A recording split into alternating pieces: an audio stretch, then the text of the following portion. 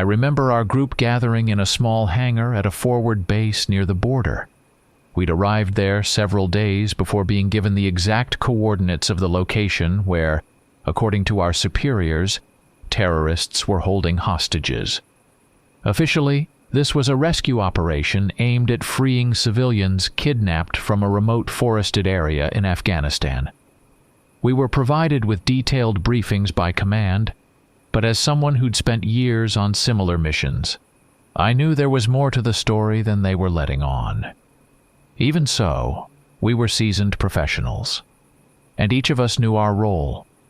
They called me Major, a title that stuck with me from my days in regular military service, though we hadn't been part of any official army for a long time.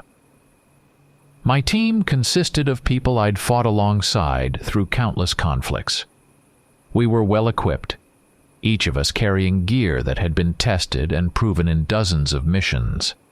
Everyone on the team had combat experience and was trained to operate with precision, without unnecessary questions. We all understood that our work wasn't for glory or polished reports, but for money and to get the job done, whatever the cost. Our team included a CIA operative. His presence didn't raise any particular eyebrows, as intelligence personnel were often brought into these kinds of missions. Officially, he was listed as an observer, but in my experience, such people never limited themselves to passive roles. He had access to classified information, carried documents he never showed us, and regularly communicated with his handlers through encrypted channels. He was decently armed and knew how to handle a rifle. I didn't know how much real combat experience he had, but I was confident a CIA operative could hold his own, as well as any mercenary who'd been through the ringer. Then there was our sniper. A quiet member of the team, he wasn't one for unnecessary chatter. He always kept a bit of distance, meticulously checking his rifle, adjusting his optics, monitoring the weather, and assessing the terrain. I knew that when the time came, he'd find his position, pick his target, and eliminate it. He didn't share his emotions or thoughts, but his precise shots had always been a game-changer in past operations. He had a proven track record, and I had no reason to doubt his effectiveness. We also had a machine gunner, a man with a blunt demeanor who never held back his opinions. He didn't spare his scorn for the enemy and wasn't shy about speaking his mind, often in the most colorful terms. His approach to combat was as straightforward as his personality. He always carried a heavy machine gun and enough ammunition to keep it running, ready to unleash a barrage at a moment's notice. In battle, he pinned the enemy down with suppressive fire, creating opportunities for the rest of us to maneuver. Nobody was better at navigating terrain than our scout and tracker. This man had an uncanny ability to read the environment and pick up on details others would overlook. He moved ahead of the group, inspecting trails, animal tracks, and signs of human presence. In the forest, he was in his element, finding paths invisible to the untrained eye. I couldn't recall a single instance when his judgment about the surroundings had been wrong. We also had an explosives and engineering specialist, a man who never seemed to put down his tools, whether it was pliers, wire cutters, or detonators for explosive charges. He had a sharp, sometimes abrasive sense of humor. But when things got critical, he knew exactly how to rig a path with mines, dismantle a trap, or breach a fortified bunker. In past missions, his quick thinking had saved the entire team more than once, whether defusing mines or setting up our own. Our team's communication expert was skilled at maintaining contact with the base. He carried compact but reliable equipment to ensure we could stay connected with command or call for extraction. He had a light-hearted personality, and often made offhand jokes to lighten the mood, which didn't always sit well with me. Still, I understood that humor could be a way to keep everyone grounded in tense situations. He was also our electronics specialist and could handle interference or recalibrate frequencies on the fly. The day we headed into the forested regions of Afghanistan, the weather was dry but not overly hot. We moved with deliberate spacing, keeping enough distance to avoid presenting an easy target for an ambush. Our mission was clearly defined: infiltrate the designated area, locate the hostages, and extract them. Officially, that's all we needed to worry about. I didn't discuss the underlying motives with the team. Questions about the real objectives of these operations were usually left unspoken. Everyone knew missions like these always came with hidden agendas, but the pay was good, we had the best gear, and most of us preferred to keep things simple. We set out at dawn. A helicopter dropped us at the insertion point near a dense patch of forest. The landing site was an isolated hollow, chosen to minimize detection. The pilot wasted no time, lifting off and disappearing over the ridges. Left behind, we were alone with the sprawling network of low trees, thick brush, and deep ravines. When I thought of Afghanistan, I pictured mountains and deserts, but here we found ourselves in an area where greenery stretched as far as the eye could see, crisscrossed by trails only the locals truly understood. I led the way with the tracker right behind me. He scanned the ground, inspecting the soil, lifting fallen leaves and sniffing the air. The others followed a little farther back, maintaining their intervals. The sniper carried his rifle at the ready, eyes on the treetops, calculating potential vantage points for engaging the enemy. The machine gunner muttered curses under his breath about the density of the vegetation. The demolitions expert was already gauging the terrain, wondering aloud how hard it would be to set up a defensive position or rig traps. The communications expert fiddled with his portable radio, trying to maintain a stable connection to the base despite the weak signal. The CIA operative stayed close to me.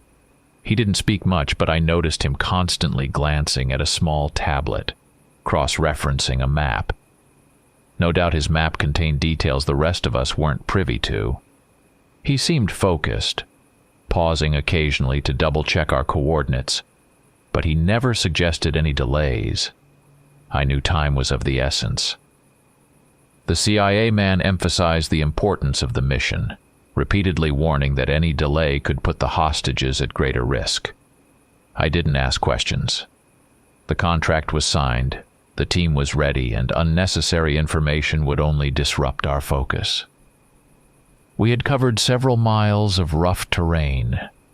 The ground was dry, with small stones crunching underfoot.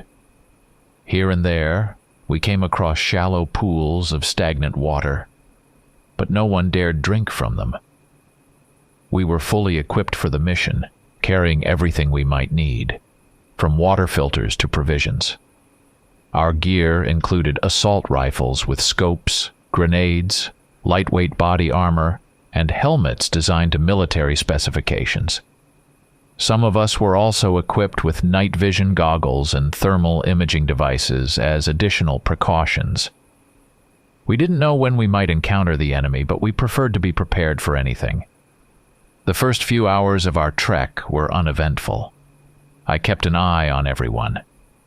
The sniper stayed quiet and observant. The machine gunner scanned the tree trunks as though searching for potential ambush points. The tracker gestured directions ahead, guiding us with precision as we moved carefully and quietly. The communications expert occasionally whispered updates to the base, but the connection was unstable. The demolitions expert hummed softly under his breath, almost imperceptibly. The CIA operative glanced upward now and then, as though anticipating something, though I couldn't say what he was looking for. I didn't feel fear or uncertainty. We'd been through operations where the stakes were just as high, if not higher. We'd faced militant groups in harsh conditions before, and every mission demanded the ability to adapt, remain calm, and think clearly. I had no reason to doubt the professionalism of my team. None of us were rookies, and we'd worked together long enough to understand each other without the need for words. The CIA operative reminded us that we had approximate coordinates for the suspected location of the camp where the hostages were being held. According to the documents we'd been given during the briefing, several people, 2 or 3 at most, had been taken during a recent raid on a nearby settlement. Officially, our mission was to rescue them. We didn't know their condition. The terrorists might have fortified their position, set up sentries, or planted signal mines. We were prepared to face resistance, but had yet to spot any signs of enemy presence. As we pressed on, the terrain began to change. The forest thickened, with trees growing closer together and dense underbrush complicating our progress. The tracker suggested we move more slowly and keep a closer watch on our surroundings.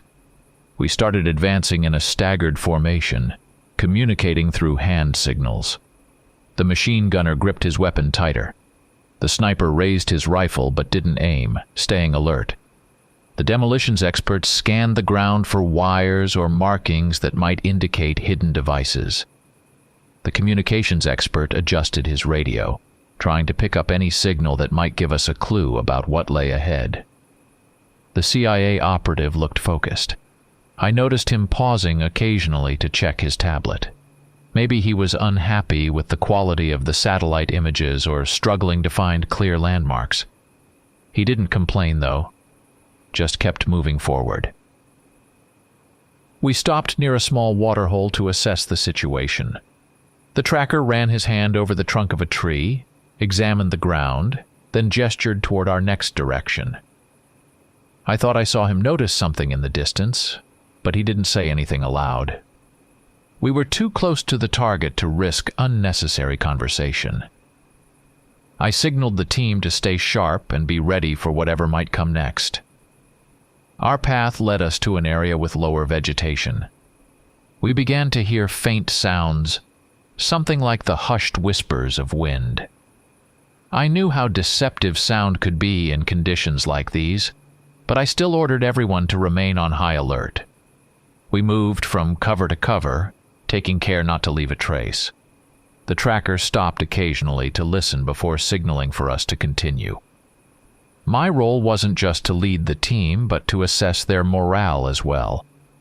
So far, everyone seemed steady, with no signs of undue anxiety. This reassured me that we could handle the mission, even if things turned out to be more complicated than expected.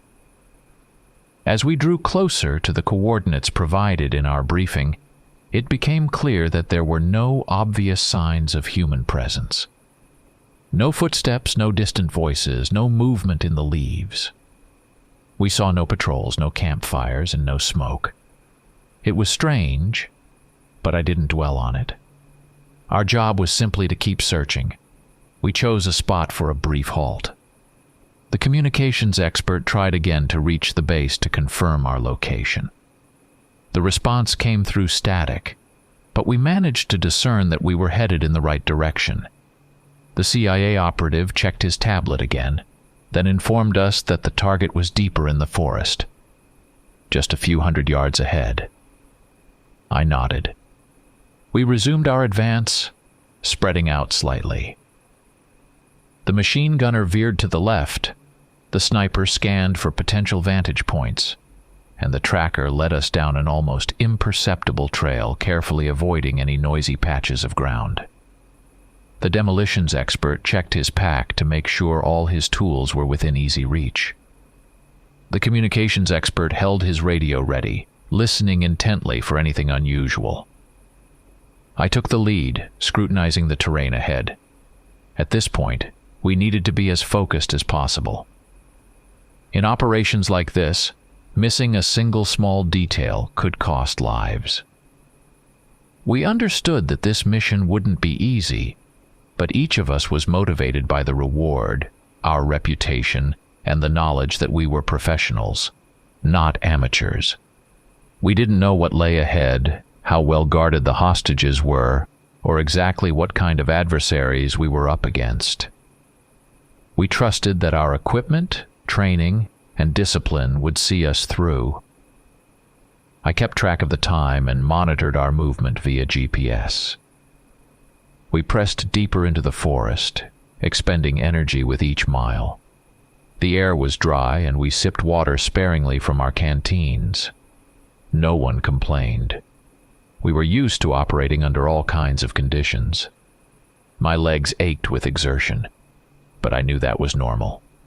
The team was prepared for long marches. As we neared the designated area, we knew we'd soon encounter either the enemy or signs of their activity. I doubted the adversaries had vanished. More likely they were lying in wait, prepared for a fight. All we could do was remain patient and vigilant. We paused at the edge of a small clearing to survey the surroundings. The tracker crouched, running his hand over the grass and lifting a few branches to examine the soil beneath. He gestured that someone had been through here recently. I scanned the area, sensing we were close to our objective. The CIA operative tightened his grip on his weapon, his body language tense but controlled. I knew that in the next steps we would either find the terrorists' camp or uncover signs of their presence. We were on the brink of encountering the enemy, but for now, everything remained quiet. We maintained silence, focused on the path ahead, waiting for the moment when we'd need to put our skills and weapons to use. The temperature was still moderate, but the humidity increased with every step. The air grew heavier, filled with the scent of decaying vegetation, damp earth, and wet leaves. Some areas of the forest were denser than others, forcing us to push through tangled undergrowth. I made sure we stayed on course, regularly checking the GPS. The CIA operative occasionally pulled out his tablet, compared coordinates, and signaled the direction. His data aligned with our maps, and we were closing in on the point where, according to command, the terrorist camp was supposed to be. We still believed we were dealing with an armed militant group, albeit a dangerous one. We moved in a single-file line, with the tracker leading the way. He advanced cautiously, studying the ground and noting broken branches, impressions in the soft soil, scraps of fabric, wires, or footprints. The machine gunner kept his weapon ready, scanning the surroundings. The sniper followed slightly off to the side, holding his rifle in a way that allowed him to quickly assume a firing position at the first hint of danger. The communications expert worked to pick up any signal, though contact with the base was becoming increasingly unreliable. The demolitions expert noted the terrain's features, considering where traps might be hidden, while occasionally checking his pack. The CIA operative remained silent but focused. I walked beside him, my hand resting on the stock of my weapon. We understood that we were approaching an area where lookout posts or ambushes might be stationed. Barely visible trails, trodden by someone, led us toward the location indicated in our briefing. I signaled the team to move more quietly, avoiding snapping branches or the crunch of dry leaves. The forest grew darker, with branches weaving together to form an almost complete canopy. We avoided stepping on large twigs, careful not to make any noise that could draw attention. About 30 minutes into our cautious advance, the tracker raised his hand, signaling us to stop. He crouched and examined a patch of soil in front of him. I moved closer and saw that he was studying something on the ground. As I looked closer, I noticed footprints, odd ones. They didn't seem to follow the usual spacing or pattern of a human stride. It appeared that people in mismatched footwear, or perhaps someone dragging a heavy load, had passed through. I couldn't identify what exactly was strange about them, but I attributed it to the uneven terrain. We decided not to dwell on it, assuming the terrorists might be using salvaged or mismatched equipment. We continued onward, the tracker leading us carefully. Before long, we entered a small clearing. I braced myself to find signs of a campfire, discarded supplies, or fortifications. What we encountered instead made us freeze in place. In the center of the clearing were human remains, clearly not fresh. The bodies had been torn apart, with limbs scattered in different directions and fragments of clothing tangled in the branches of nearby trees. The stench was unbearable. As much as I didn't want to dwell on the gruesome details, I knew we had to examine the scene to understand what had happened here. We approached cautiously, weapons at the ready. The sniper scanned the surroundings through his rifle's scope, while the machine gunner pressed against a tree, covering the right flank. The demolitions expert moved carefully, trying not to step on any remains. The communications expert covered his mouth, fighting the urge to vomit. The CIA operative stepped closer to me, his expression cold and detached as he studied the scene. I couldn't immediately identify the victims. Perhaps they were a previous reconnaissance team, local villagers, or even the terrorists themselves, killed in some sort of internal conflict. The brutality of the scene, however, sent a wave of tension through the entire team. We searched for clues, anything that could shed light on what had occurred. The tracker found a piece of military-style clothing. The material looked familiar, possibly part of a uniform from another mercenary team working for the same side as us. Leaning in, I saw remnants of a patch on the fabric, similar to those used by a group we'd encountered on previous missions. This meant they weren't locals, but likely fellow contractors. I couldn't stop myself from wondering what could have done this to them. Terrorists sometimes leave the bodies of their enemies out in the open as a warning to others, but they rarely go to such extremes. Stranger still, some remains were hanging from tree branches, as if they'd been hoisted up. It didn't look like the work of humans, more like the aftermath of a predator's attack. Yet there was no evidence of large wild animals in this area capable of such violence. The CIA operative surveyed the surroundings, his expression guarded but unreadable. I asked if he had any intelligence on particularly brutal tactics used by the local militants. His response was curt. There was no mention of anything like this in the briefings. The machine gunner cursed under his breath, scanning the area, but no enemies were in sight. We moved on, eager to leave the clearing behind. I knew that if terrorists were responsible, they couldn't be far. Perhaps the bodies had been left as a warning. We pushed through denser parts of the forest. Branches snagged on our clothing, our boots slipping on damp soil. Moss and fallen leaves muffled our steps, but moving quietly was still a challenge. Not long after, the tracker stopped again and pointed to a tree ahead. Dangling from one of the lower branches was a fragment of a human arm. The skin was blackened, with exposed tendons and deep cuts visible on the bone. The sniper raised his rifle, scanning the treetops.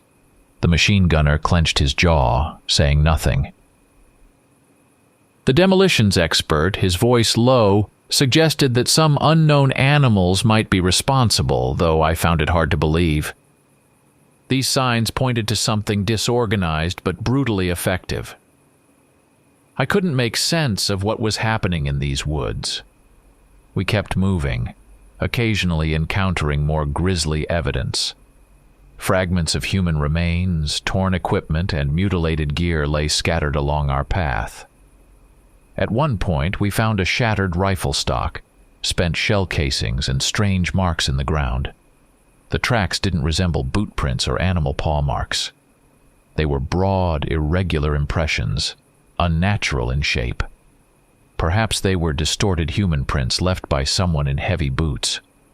But they looked wrong. The team's unease grew. No one panicked, but a palpable tension hung in the air, building with every step.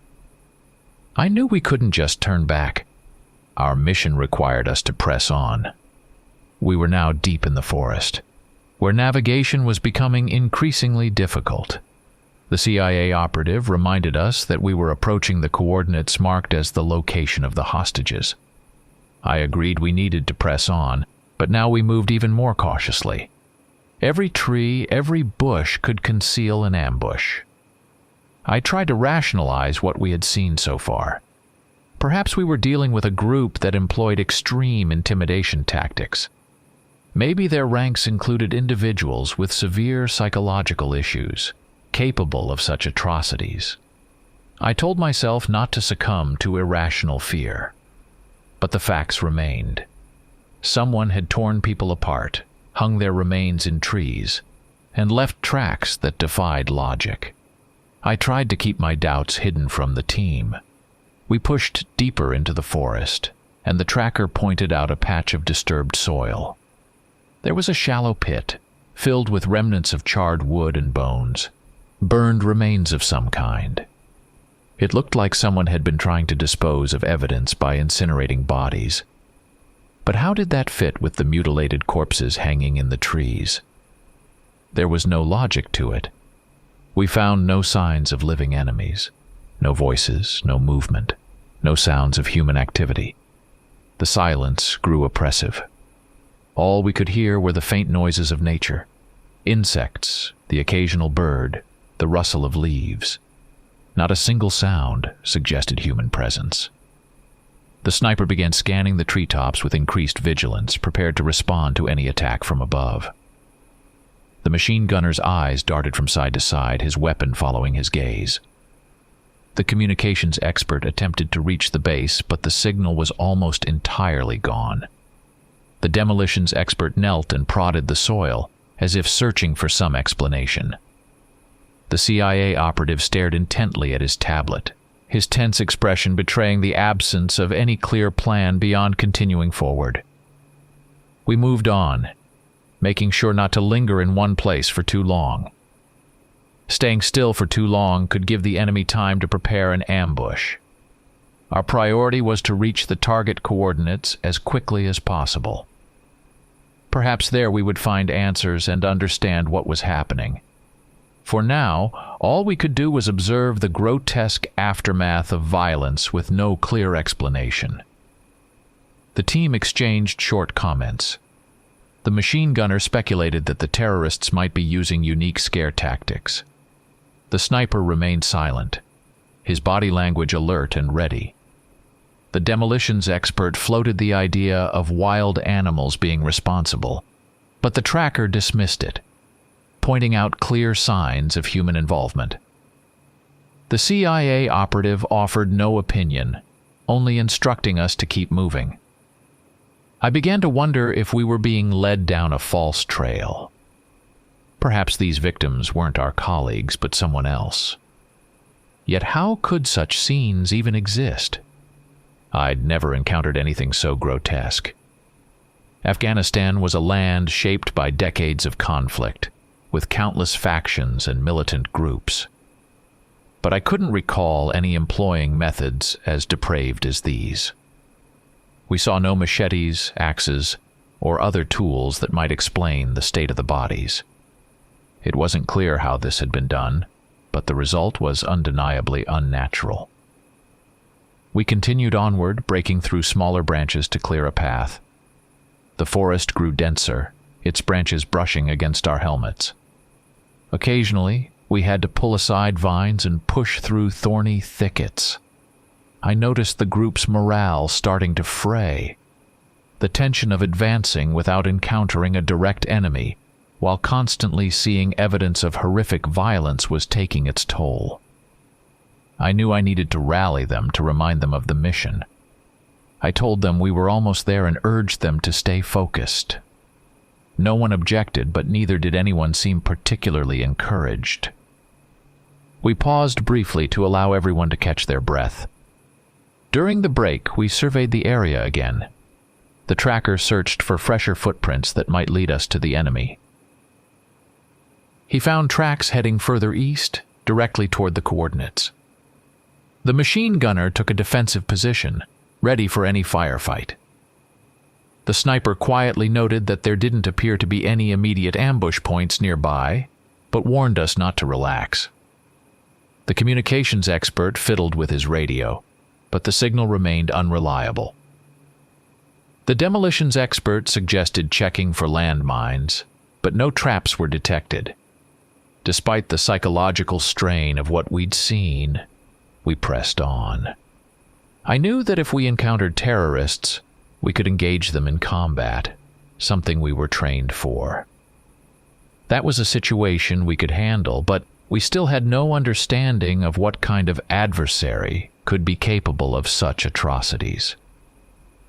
I hoped we'd soon reach the camp and finally uncover the truth. After all, we weren't sent here for no reason.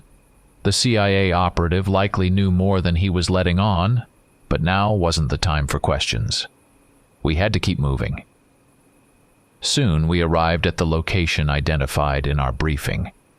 But there were no fortified positions, no fences, no campfires, no equipment. Just dense vegetation and tangled piles of branches. We began searching for any signs of a camp.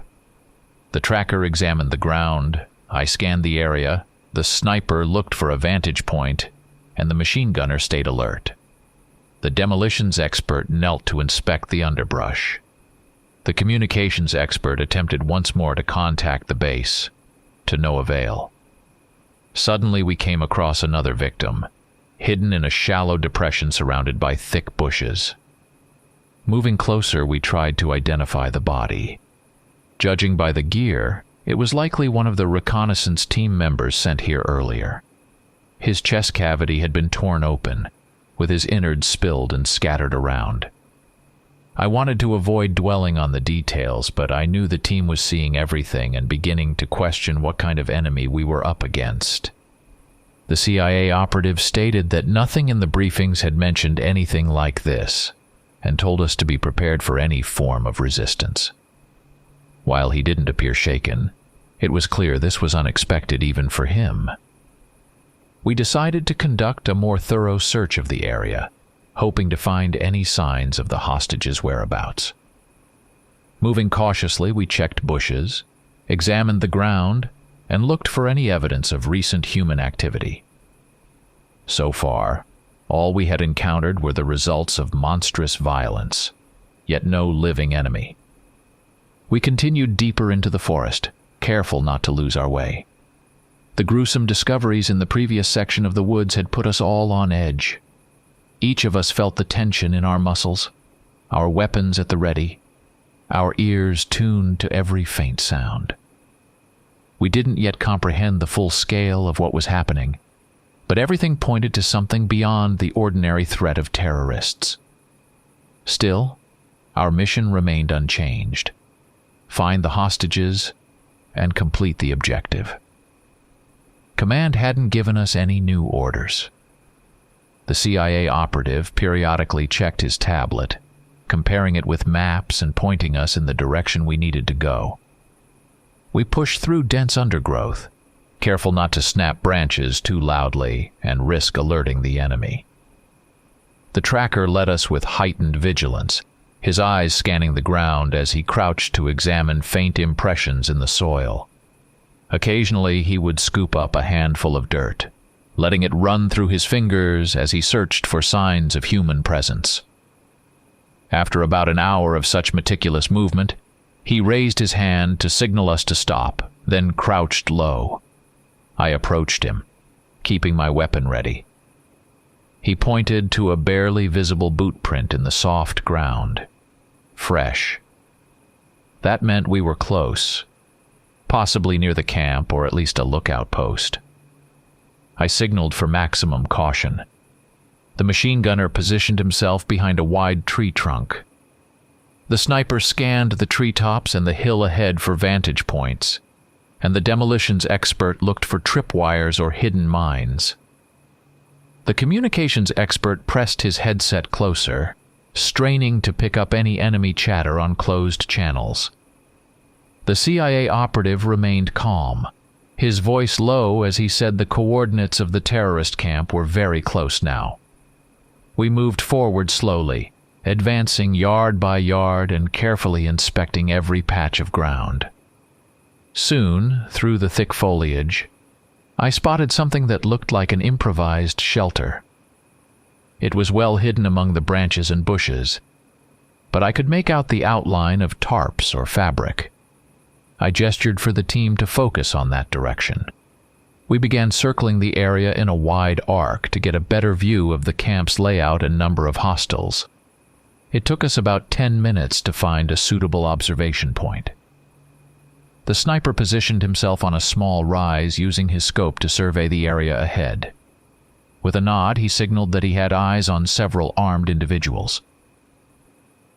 Judging by their attire, they weren't professional soldiers, more likely local militants or members of the terrorist group we were tasked with neutralizing. I needed to assess their numbers and firepower. According to the sniper's signals, there were 5 or 6 men, all armed with automatic weapons. They had no heavy equipment or significant fortifications, just a makeshift camp beneath the trees. On the ground, I saw crates of ammunition and a bundle of spare magazines hung from a nearby tree. In the center of the camp was a small setup that looked like a field radio or phone. Next to it, sitting in the shade, was a man bound with ropes. He wore civilian clothes and, from a distance, appeared to be a hostage. I knew we'd found our objective. Officially, we were here to rescue hostages. Before us was the camp of the terrorists responsible for the kidnapping. I decided we needed to act quickly and decisively. We had the advantage of surprise and superior numbers. I outlined the plan with hand signals. The machine gunner would suppress the militants on the right flank after my signal. The sniper would eliminate the sentry or whoever appeared to be the leader. The demolitions expert and tracker would approach from the left and throw flashbang grenades to disorient the enemy. The communications expert, the CIA operative, and I would push directly toward the hostage to secure him as quickly as possible. Everyone understood their role without the need for words. Once everyone was in position, I gave the sniper the signal. A single, precise shot rang out, followed by another. 2 militants fell instantly, their helmets knocked off by the impact. They collapsed silently, too quickly to grasp what had happened. The machine gunner opened fire in sweeping bursts, forcing the remaining enemies to hit the ground. The demolitions expert hurled a flashbang grenade that detonated with a blinding flash and deafening roar. Chaos erupted. The militants scrambled, some firing blindly, others shouting in a language I didn't understand. I charged forward, shielded by the machine gunner's suppressive fire, heading straight for the hostage. The communications expert and CIA operative followed close behind, darting from tree to tree for cover. The sniper continued picking off anyone who tried to rise, while the machine gunner systematically laid down bursts to keep the enemy pinned. The demolitions expert and tracker flanked the camp, encountering one militant who managed to fire a shot before being dropped with a bullet to the chest. Another terrorist emerged from behind a tree, only to be cut down by the machine gunner's stream of fire. Within minutes, the fight was over. We stood amidst the bodies of the fallen militants, the camp neutralized. I approached the hostage, pulling out my knife to carefully cut his bindings. The man was thin, with a scruffy beard and a gaunt face. He didn't scream or beg for help. He just looked at me with a vacant, haunted stare. I grabbed his arm and helped him to his feet. He swayed, weak but alive. We took stock of the camp. It consisted of a few tarps under which the militants had stored their supplies, crates of ammunition, a couple of Soviet-era rifles, a few hand grenades, and an old radio. There were no visible documents, but the CIA operative immediately began rifling through anything that might be of interest. He worked quickly, sorting through items and discarding anything useless. The demolitions expert helped him, checking beneath leaves and debris for hidden compartments. The communications expert tuned our radio to send a coded message back to base, confirming the initial objective: the capture of the site and the rescue of a hostage. Meanwhile, I tried speaking to the freed man. His words came slowly, as if he hadn't spoken in days. He gasped for breath, clearly malnourished and dehydrated. I needed to understand why he was here. Officially, we'd been told the hostages were civilian captives. But some things didn't add up. I asked him who he was. His answers were hesitant. He said he'd been abducted several days ago and taken here against his will. He claimed not to know why they had tied him up or kept him in such a place. Then he mentioned something that made me pause. He said the militants were scared of something. He'd seen them grow nervous at night, posting sentries not against people, but as though guarding against some kind of creature in the forest. He hadn't seen the creature himself, but overheard fragments of their conversations. The militants spoke of a demon or some kind of malevolent presence. I listened, trying to rationalize what he was saying. Maybe it was just fear or superstition among the locals. But the horrors we'd witnessed so far made me wonder if there might be more to his story. The CIA operative interrupted my thoughts. He'd uncovered a small package, carefully wrapped in plastic, hidden beneath a tree's roots. I couldn't see what was inside, but his expression shifted to one of satisfaction or perhaps relief. "We're done here," he said. I asked what we were supposed to do with the hostage. He replied that our orders were to evacuate him to the extraction point. The communications expert tried to reach the base to request a helicopter or further instructions, but the signal was faint.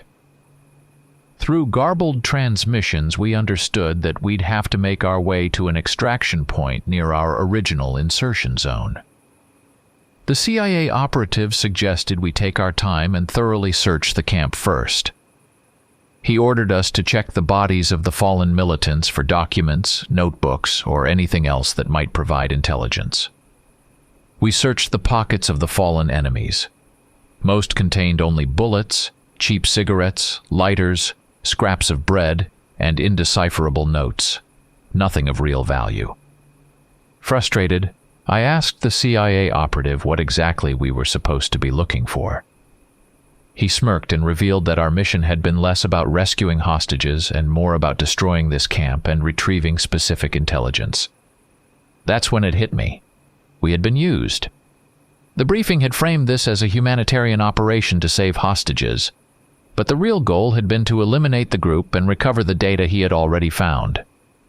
I glanced at the rest of the team. They didn't say anything, but I could see the confusion and dissatisfaction in their eyes. We were mercenaries. We understood that we might be used as tools. But learning the truth after the fact was always unsettling.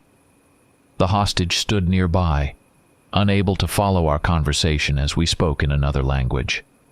He looked frightened, but didn't intervene. I told the team we needed to leave the forest before nightfall. Traversing this terrain in the dark would be dangerous. The CIA operative agreed, but urged us to remain cautious. He didn't elaborate on what the retrieved data contained, but I understood that he no longer cared about what we thought of his true objectives. We just had to do our jobs. We began the trek back, moving slowly and attentively. We chose a different route, avoiding the areas where we had found mutilated bodies earlier. The hostage walked with us. We gave him some water and a piece of bread, trying to help him regain his strength. He spoke in a shaky voice, recounting how the terrorists had not only spoken of a demon, but also mentioned that others had come into the area before, only to be killed by something. He seemed on the brink of despair, exhausted by his fear. His information wasn't particularly useful to us, though. We had seen no proof of any such creature, just the bodies, which could have been mutilated by anyone, or anything. As we passed through a particularly dark stretch of the forest, I noticed that the tracker was uneasy. He remarked that the location of the camp made no sense. From a tactical perspective, it was poorly chosen. Too close to a swampy area, with few natural barriers and no organized system of observation. It was as if the terrorists themselves were afraid to venture further. Perhaps they were hiding from someone or something. But we had no answers. The machine gunner moved ahead, clearing branches from our path while the rest of us maintained formation. The sniper covered the rear, frequently looking over his shoulder. The communications expert kept trying to re-establish contact with the base, to no avail. The demolitions expert walked next to the hostage, checking periodically to ensure he didn't collapse. The CIA operative moved in the middle of the group, occasionally glancing at his tablet to confirm our position on the map. I walked near him, trying to anticipate what might happen next. Technically, we had completed the mission. We had rescued the hostage and neutralized the camp. But we all knew the real objective was something else entirely. Knowing that we had been used, I prepared myself for the possibility of further complications. Trust in our employer was eroding, and I could see that the team was beginning to feel it too. We pushed on toward the edge of the forest, aiming for a point where we might be able to make contact for extraction. But the deeper we went, the more I felt something was off. The silence around us was unnatural. Not the quiet of a forest, but a tense, oppressive stillness. Birds didn't sing, insects didn't buzz. It was as if all life had chosen to avoid this area. We continued walking, trying not to dwell on what we'd seen. With the hostage in tow and the CIA operatives' recovered data, the mission was technically a success. But the memories of mutilated bodies and the strange atmosphere weighed heavily on us. After several hours, we decided to take a short break. The machine gunner, sniper, and tracker established a perimeter keeping watch. The communications expert made another attempt to get a signal but had no luck. The demolitions expert squatted nearby, inspecting his boots. The CIA operative, speaking in low tones over a secure channel, communicated with his superiors, occasionally glancing at us with an unreadable expression. The hostage sat silently, drained but composed. I thought about the debriefing that awaited us. We would return to base with stories of the horrors we'd seen. Bodies hung from trees, mutilated beyond recognition. I wanted answers, but for now, our priority was to get out of this forest alive. The path grew narrower as the forest thickened around us. Trails wound between tree trunks, and dense undergrowth made movement increasingly difficult. Humidity hung in the air, and the dense canopy reduced visibility. We frequently paused to confirm our direction. The tracker examined the ground carefully, searching for signs of a safe route. The machine gunner scowled at the thick brush, while the sniper adjusted his optics, ready for any unexpected threats. The demolitions expert kept his gear at the ready, and the communications expert strained to catch even a faint signal.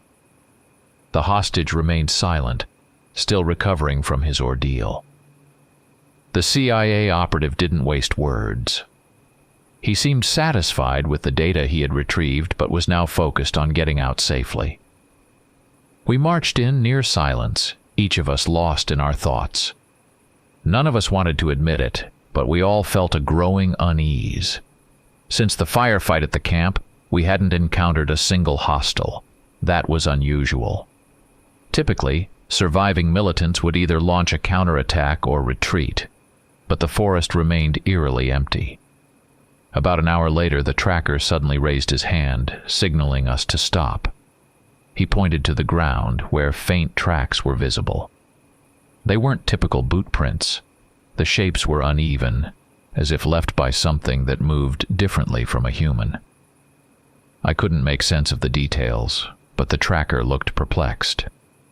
The machine gunner muttered a quiet curse, scanning the surrounding brush.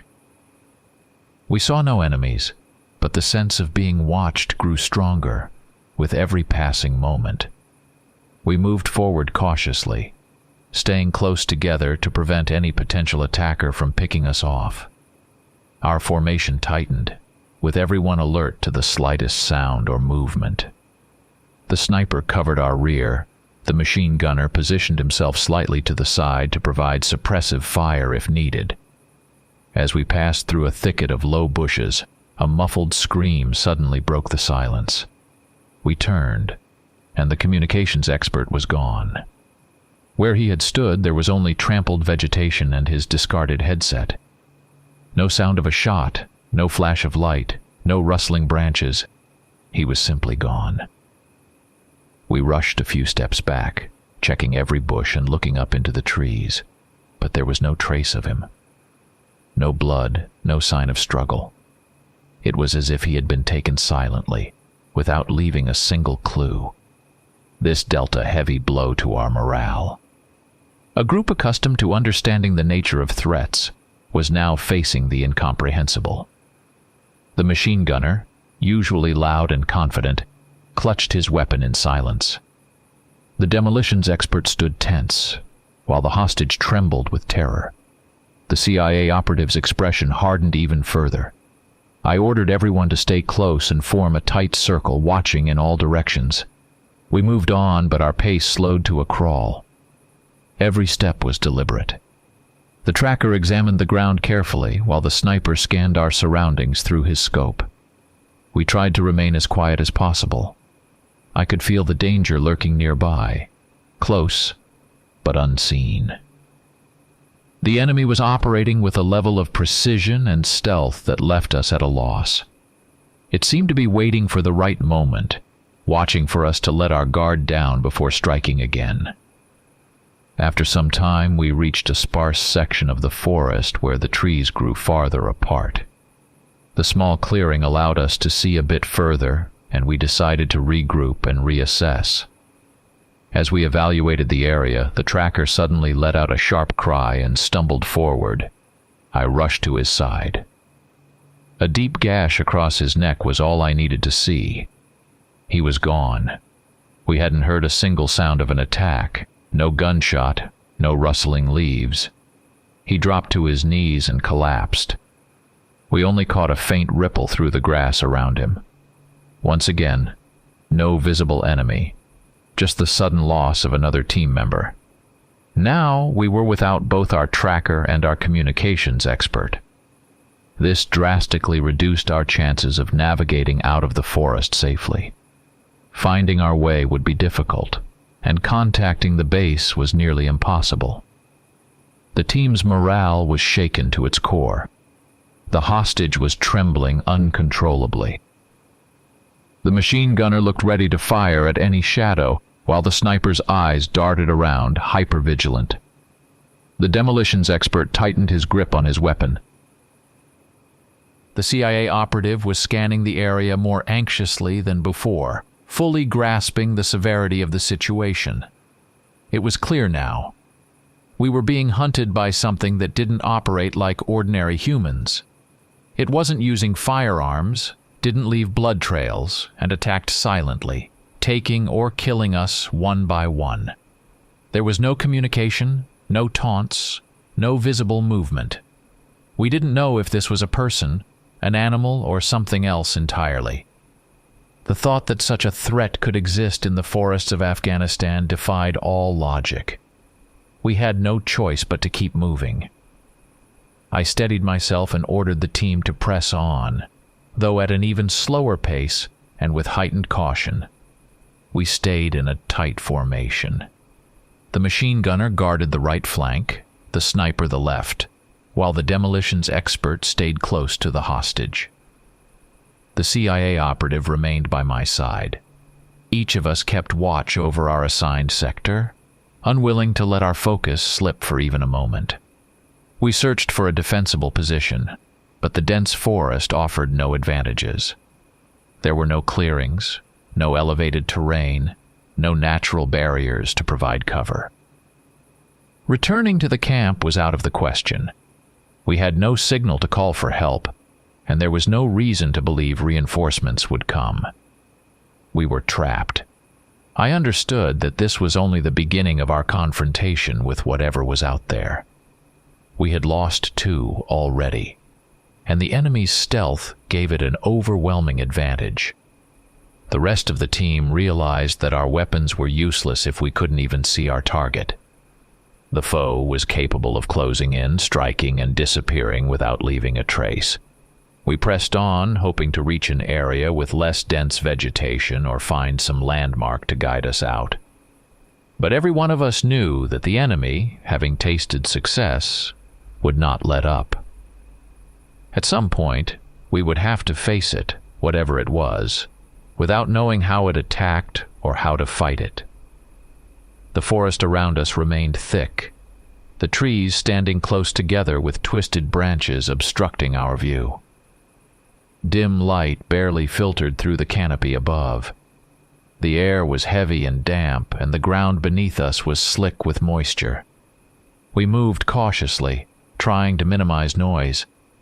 The machine gunner kept his weapon ready, while the sniper periodically scanned the area through his scope. The demolitions expert checked his charges, prepared to set up traps if necessary. The CIA operative remained silent, but visibly tense. The hostage, breathing heavily, stumbled along behind us, understanding that staying alone would be certain death. I ordered the team to stay in formation, ensuring that no one strayed too far. But the forest made even simple maneuvers difficult. Branches snagged on our gear, forcing us to slow down.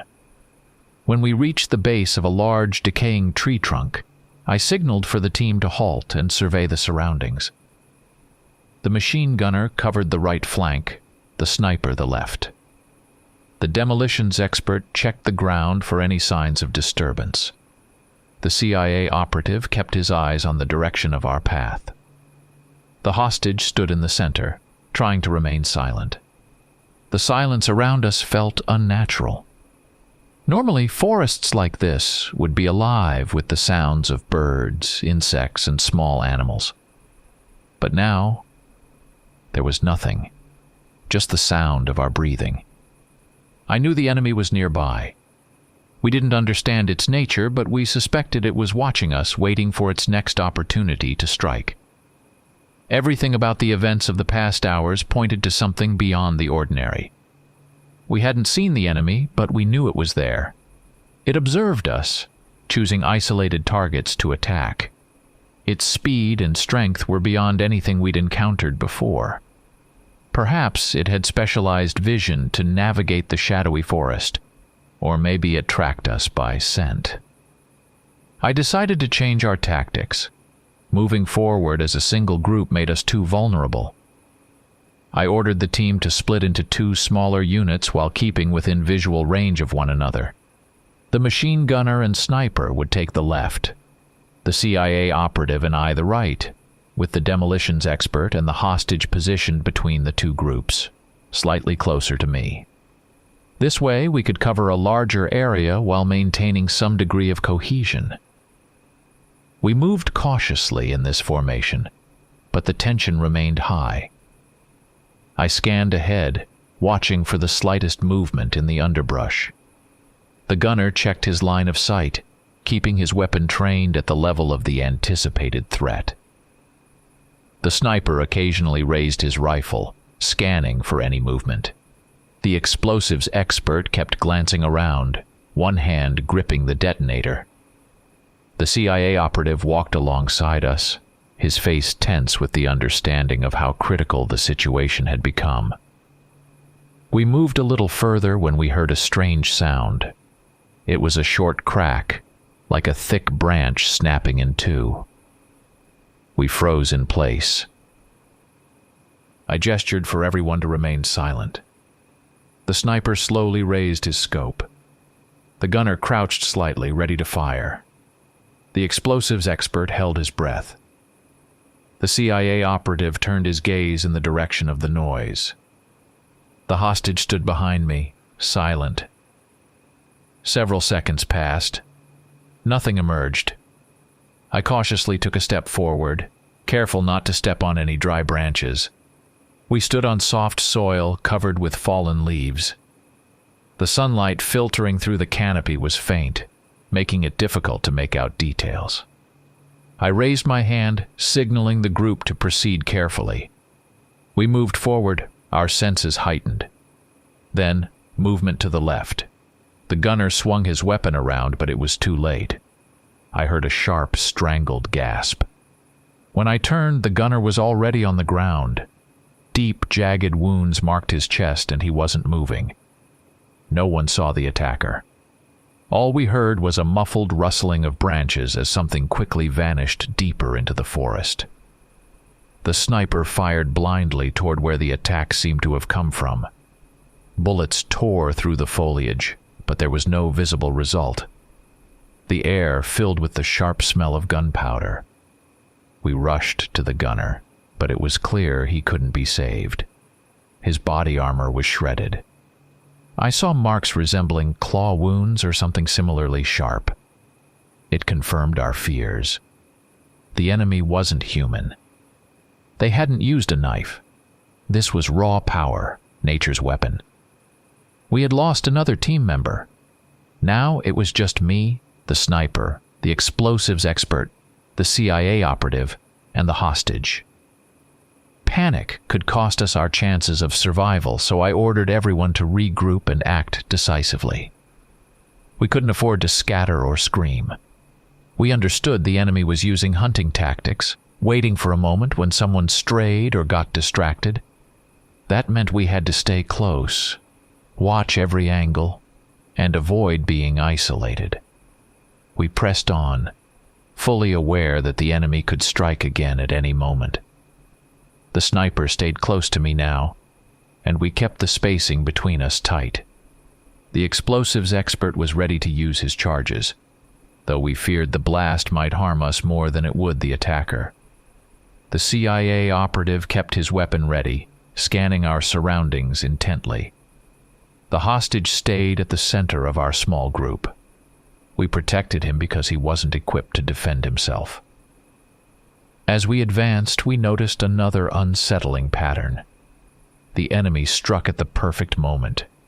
When we focused on one direction, it attacked from another. It moved silently. Perhaps it could see us clearly even in these conditions. We were forced to move even slower, stopping frequently to check our surroundings. It dragged our progress to a crawl, but we had no alternative. The sniper suggested using flash grenades. I agreed. We chose a small clearing where the trees were less dense and tossed in a grenade. A burst of bright light illuminated the surrounding vegetation for a few seconds. We hoped to catch a glimpse of the enemy's silhouette, to assess its appearance, or at least its size. As the grenade went off, we saw only a fleeting shadow. The outline was blurred, but it was clear that the creature was larger than an average human and moved on all fours, or at least was capable of using them. In the blink of an eye, it vanished among the trees. We realized the light had blinded us more than it helped. The enemy was too fast. We couldn't make out any details, but we now had confirmation. This wasn't a person. It was clear the enemy possessed night vision, heightened senses, immense physical strength, and the ability to move without making a sound, even avoiding the rustling of leaves. This explained how our team members had disappeared. It waited for the perfect moment when we so much as blinked. We decided to head toward more open terrain, hoping the enemy would find it harder to approach undetected. The sniper suggested finding higher ground, like a hill or ridge if we could locate one. But this forested region offered few such vantage points. Checking the map, I estimated that moving northwest would lead us to an area with sparser trees. There we might have a chance to repel an attack. The CIA operative nodded silently. The explosives expert and the hostage said nothing but followed my lead. We marched on, pushing through exhaustion. The sniper kept his rifle at the ready, while the explosives expert scanned the ground for any tracks or signs. The hostage had stopped asking questions. He understood that we were fighting to survive. The CIA operative didn't share any information but remained alert. I reflected on how we used to rely on rational explanations. Rationality wasn't helping us now. All we had were our weapons, our experience in fighting humans, and survival skills. But none of that prepared us for an enemy that outmatched us in natural abilities. We tried not to panic, but the tension was palpable. Every rustle made us whip around. Every step was calculated, knowing the smallest mistake could give the enemy an opening. We had seen the aftermath of its attacks and knew we were up against a predator who saw us as prey. It didn't rush in for frontal assaults, but preferred to isolate and eliminate one by one, swiftly and mercilessly. We kept moving forward. No one could say how much time we had left. We didn't know when the enemy would strike again. But stopping wasn't an option. We had to find a way out. Maybe there was a spot where we could set traps. Perhaps we'd discover a way to fight back using the resources and skills we had. For now, we understood only one thing. The enemy was beyond human, and we'd need a new strategy to survive. I continued leading the remaining team through the Afghan forest, trying to maintain order and discipline. Our group had dwindled, and we all knew the hunter stalking us wasn't human. We were physically and mentally drained. The enemy's calculated attacks wore down our confidence. The team was beginning to lose faith in our ability to overcome a creature we had already started calling a werewolf. I stayed in the center, my weapon ready to fire at the first sign of movement. The sniper occasionally raised his rifle, scanning for a target but finding none. The explosives expert clutched his charges, preparing to use them for traps. The hostage seemed to be in a state of shock. His eyes darted from one face to another as though seeking reassurance that we could protect him. But we weren't even sure of that ourselves. I could see the tension building among the team. People were starting to snap at each other, their tempers flaring. Arguments broke out over where to go, how to set traps, how to allocate our dwindling resources. We were losing the cohesion and hard-earned combat harmony we had relied on in past operations. We stopped in a small clearing where the trees weren't as dense and decided to try setting some traps. I tasked the explosives expert with rigging tripwires connected to makeshift noise and fragmentation charges. We hoped that if the werewolf approached, these mines would either startle it or injure it. The sniper took a position slightly off to the side to cover us. The CIA operative was trying to come up with a plan, suggesting a diversionary tactic, though we weren't confident it would work. The hostage trembled, clearly unprepared for the kind of ordeal we were facing. A heated debate arose when I proposed moving deeper into the forest to find a better defensive position. We were already short on manpower. Our machine gunner, communications officer, and tracker were all dead, and their skills would have been invaluable. The sniper insisted we should find higher ground, while the CIA operative argued that we should head into denser woods, leaving traps in our wake. The explosives expert wanted to set up traps right where we stood, and then lure the werewolf toward us. The hostage, utterly lost, flitted between us, trying to determine who had the most convincing plan. I tried to squash the disagreement, but voices were rising, threatening to draw the attention of the enemy, who was undoubtedly watching us. I issued a stern warning to keep the volume down, but the tension was too high. The team knew the werewolf was exploiting our weaknesses. It was killing us one by one, using its ability to remain unseen. Now, with our confidence shaken, everyone was thinking only about their own survival, leading to rash decisions. The explosives expert, working hastily, nearly detonated a tripwire he was setting. I reprimanded him sharply, reminding everyone to stay disciplined. We moved out, leaving several traps behind us. We hoped the werewolf might trigger one, or at the very least make a sound if it activated the mechanism. We moved slowly, sticking close together. The sniper kept his rifle at the ready. The explosives expert monitored the detonators. The CIA operative scanned the surroundings with sharp, focused eyes. The hostage followed just behind me, trying to keep pace. I worked to stay calm, but I knew our time was running out. The enemy wouldn't wait for us to devise the perfect plan. It would strike on its own terms. Suddenly, we heard a muffled pop behind us. One of the tripwires had gone off. Everyone immediately turned. The sniper pressed his rifle into his shoulder, ready to fire. The thick undergrowth obscured our view. Perhaps the werewolf had tried to approach and triggered the trap. We waited, frozen, but heard no growls, no cries, nothing. Maybe a branch had fallen, or a small animal had stumbled into the trap. We couldn't be sure. It was too dangerous to go back and check. Ultimately, we decided to press forward, hoping the werewolf had been warned that we weren't completely defenseless. But our hopes were in vain. A short while later, as we reached a small area where we could potentially establish a circular defense, the enemy struck again. We heard a brief gasp, and when I turned, the sniper was already on the ground. His rifle lay at his side, his chest marked with savage, jagged wounds. Once again, it had happened in an instant, without a sound.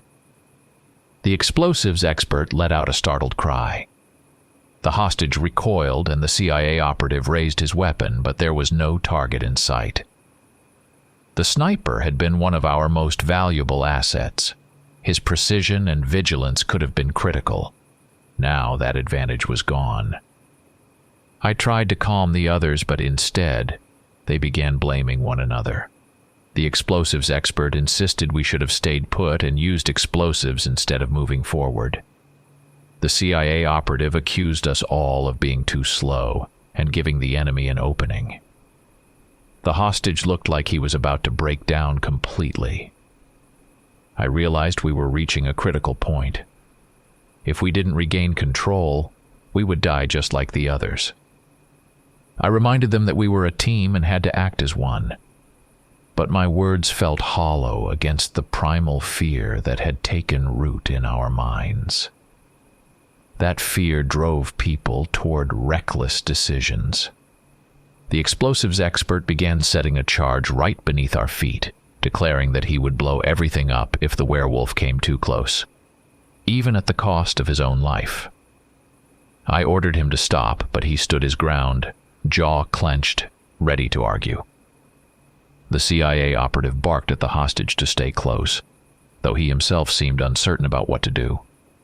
We needed to act. I understood that as we argued, the werewolf was studying us, assessing our weaknesses. It thrived on our fear and indecision. Our traps had failed. Attempts to fight back with brute force were futile. The enemy refused to reveal itself. I thought about how we needed to find its vulnerabilities. So far, moving, setting traps, and relying on our weapons had achieved nothing. We didn't know how to strip it of its advantage.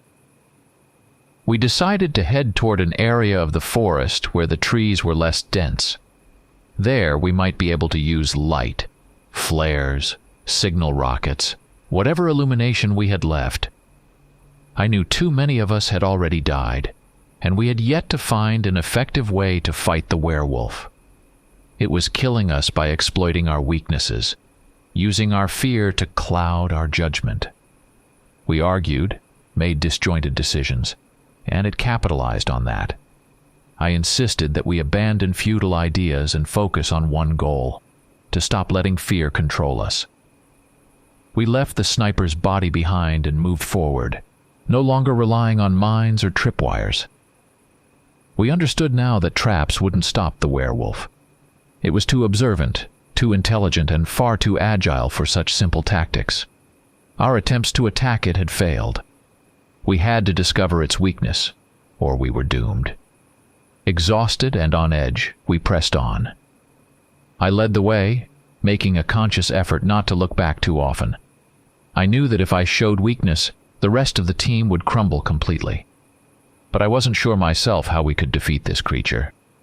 I considered what we had, Flashbangs, incendiary charges, signal flares. Maybe bright light or fire could disorient the werewolf, but we wouldn't know until we tried. And to test that, we'd need to survive long enough and prevent the enemy from picking us off one by one. We moved slowly, whispering our arguments, though it did little to lift morale. I could see the team had lost confidence. They were fragmented, frustrated with one another. The werewolf would exploit that. It would keep killing us until no one was left. I knew our odds were shrinking with every passing moment. I didn't want to give up.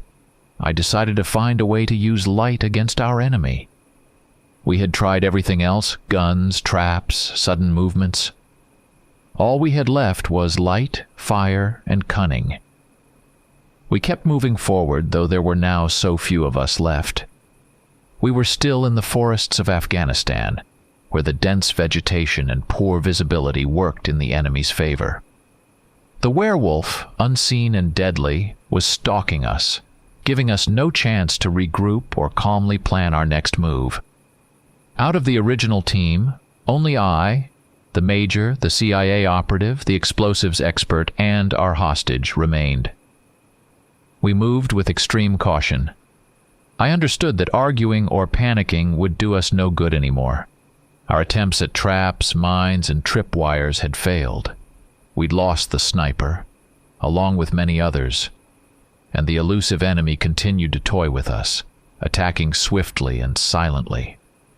I thought back to our theory about the werewolf's weakness to bright light. The flares and flash grenades hadn't secured us a victory, but they had shown that the creature disliked open, brightly lit spaces. I decided to build on that knowledge. We needed a plan that incorporated fire, light, and perhaps a trap. A pit lined with sharpened stakes to force the creature into a vulnerable position. To prepare, we needed to find suitable terrain. After about an hour of searching, we came across a patch of softer ground where digging a shallow pit would be easier. I ordered the team to stop. The CIA operative and the explosives expert were skeptical of my idea, but they had no better alternatives. The hostage just nodded nervously, incapable of contributing anything useful. We got to work. The explosives expert pulled out a knife and a small entrenching tool. The CIA operative stood guard on the perimeter, ready to fire if the werewolf approached. I helped dig, working as quickly and quietly as I could. The hostage gathered branches and pieces of wood that we could sharpen into stakes. We knew we didn't have much time. The enemy wouldn't let us build our defenses undisturbed. It was surely watching us. As we worked, I mentally constructed the plan. Once the pit was ready, we'd reinforce the bottom with stakes and camouflage it with branches and leaves. I would take on the dangerous task of luring the werewolf to the trap. We would use flares and grenades to blind and disorient it, forcing it to retreat or move toward the pit. I knew the risks, but we had no other choice. Despite our exhaustion and fear, we managed to finish the task. The pit was shallow, but deep enough to hinder the creature's movements if it fell in. We drove the sharpened stakes into the ground, making their tips as sharp as we could. Then we concealed the trap with a layer of foliage. The explosives expert set up small charges nearby to provide emergency illumination or a flashbang if necessary.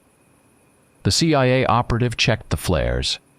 The hostage crouched nearby, breathing heavily, trying to make sense of what we were doing and how it could possibly stop the werewolf. I explained the plan.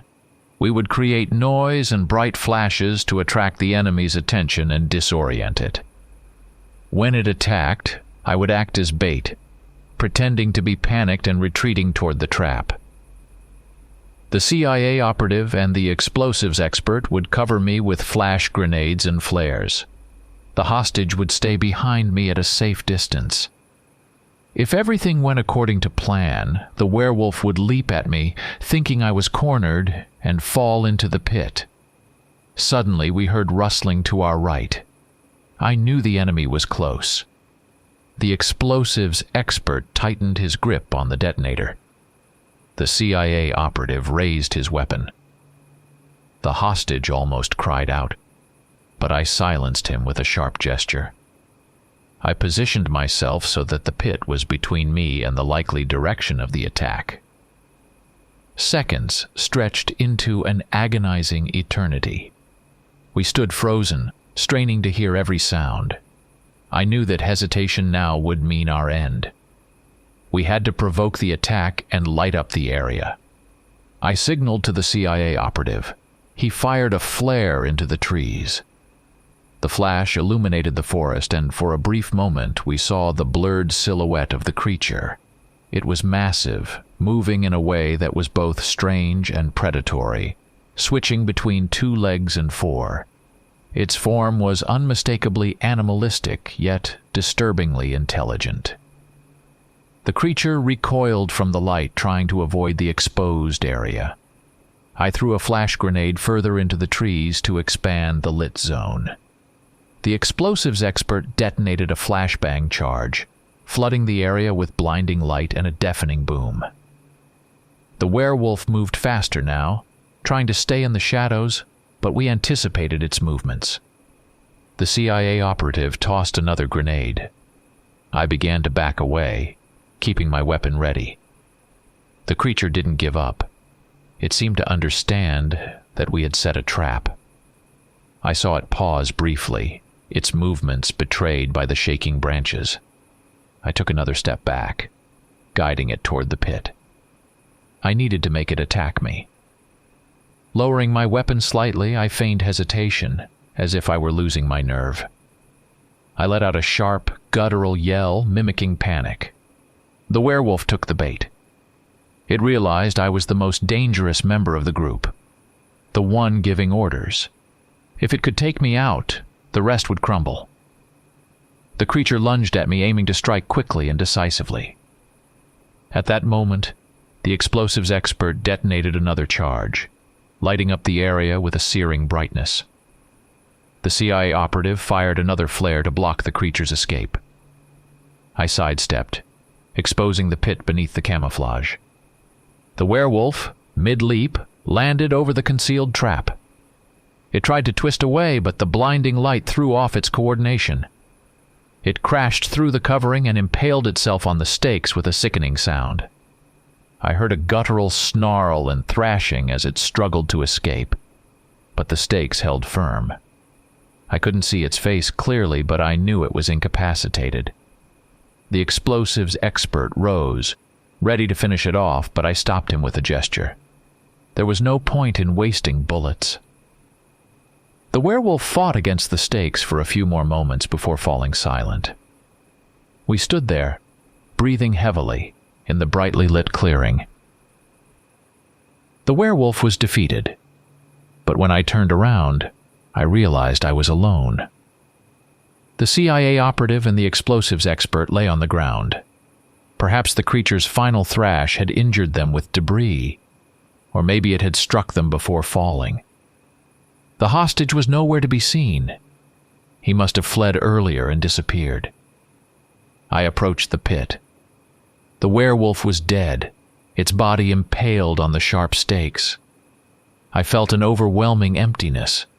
All the effort, all the deaths, and now I was the only one left to witness what had happened. I tried to search for the hostage or any survivors, but the forest was silent. It was just me and the corpse of the werewolf. I knew no one would believe me if I returned and told them what had happened. They'd think I was insane or assume we had all died at the hands of ordinary terrorists. But I had survived, and I carried the memory of everything that had transpired. I stripped off some of my gear to lighten my load. My next task was to get out of the forest and make it back to a base or settlement. I was exhausted, drained both physically and mentally. But I had done what no one expected, defeated an enemy whose form and abilities defied all understanding. I turned and walked forward, leaving behind the pit and the remains of the werewolf. The forest remained unchanged, the wind gently rustling the leaves. I was alone. Perhaps some things in this world are better left unknown. I doubted anyone would believe the truth of what had happened here. But it didn't matter to me anymore. I was alive, and I had my own truth about what had unfolded in these Afghan woods.